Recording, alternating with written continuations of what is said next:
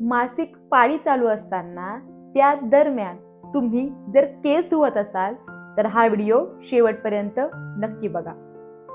मासिक पाळीच्या दरम्यान आपल्या शरीराचा संपूर्ण जे ब्लड सर्क्युलेशन आहे ते जास्तीत जास्त आपल्या ओटीपोटाच्या भागामध्ये असतं.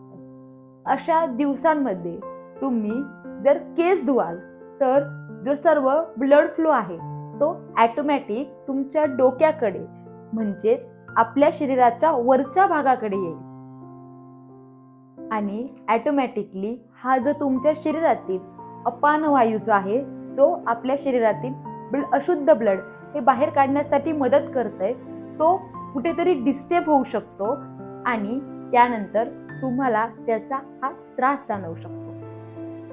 तर हे सर्व टाळण्यासाठी तुम्ही मासिक पाळीच्या दरम्यान केस धुणे हे टाळा.